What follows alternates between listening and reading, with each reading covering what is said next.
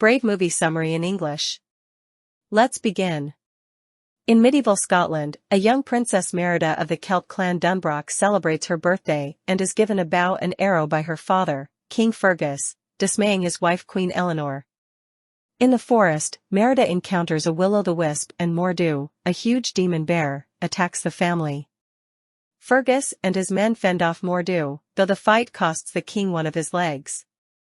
10 years later, Merida discovers she is to be betrothed to the son of one of her father's allies.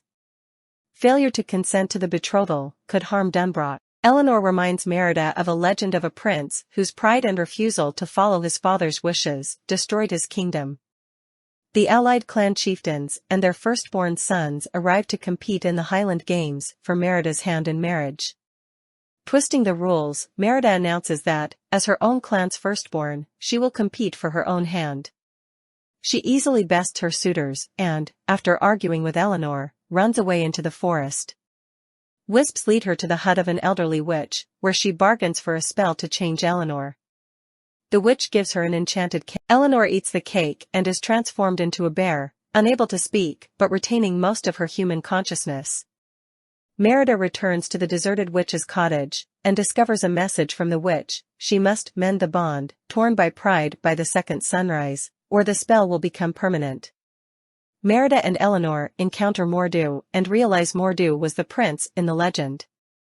Merida vows not to let the same thing happen to her mother, and concludes she needs to repair the family tapestry she deliberately damaged during their argument. They return to the castle to find the clans on the verge of war.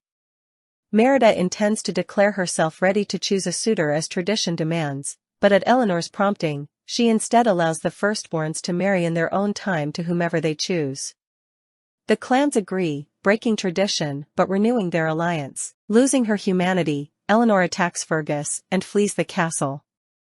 Mistaking the queen for Mor'du, Fergus pursues the bear with the other clans, locking Merida in the castle.